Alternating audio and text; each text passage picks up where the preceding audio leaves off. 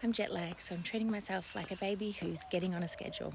And despite the saying, never wake a sleeping baby, in fact, when you are trying to get your baby onto a consistent schedule, sometimes you have to. And that's exactly what I did with myself this morning.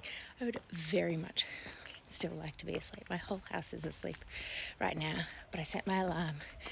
I eventually got up and I am now out getting sunlight exposure into my eyeballs.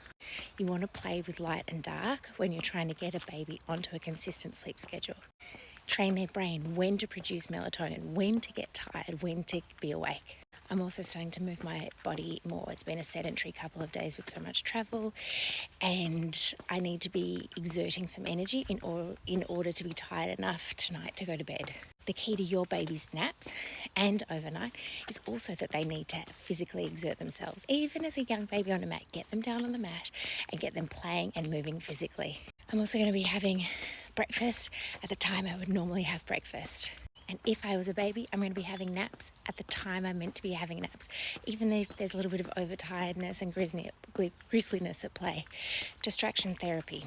I'm also going to give myself tonight, get back into my bedtime routine, skincare, shower, do all of the things that usually signal to my brain and my body that it's time to lean into bedtime.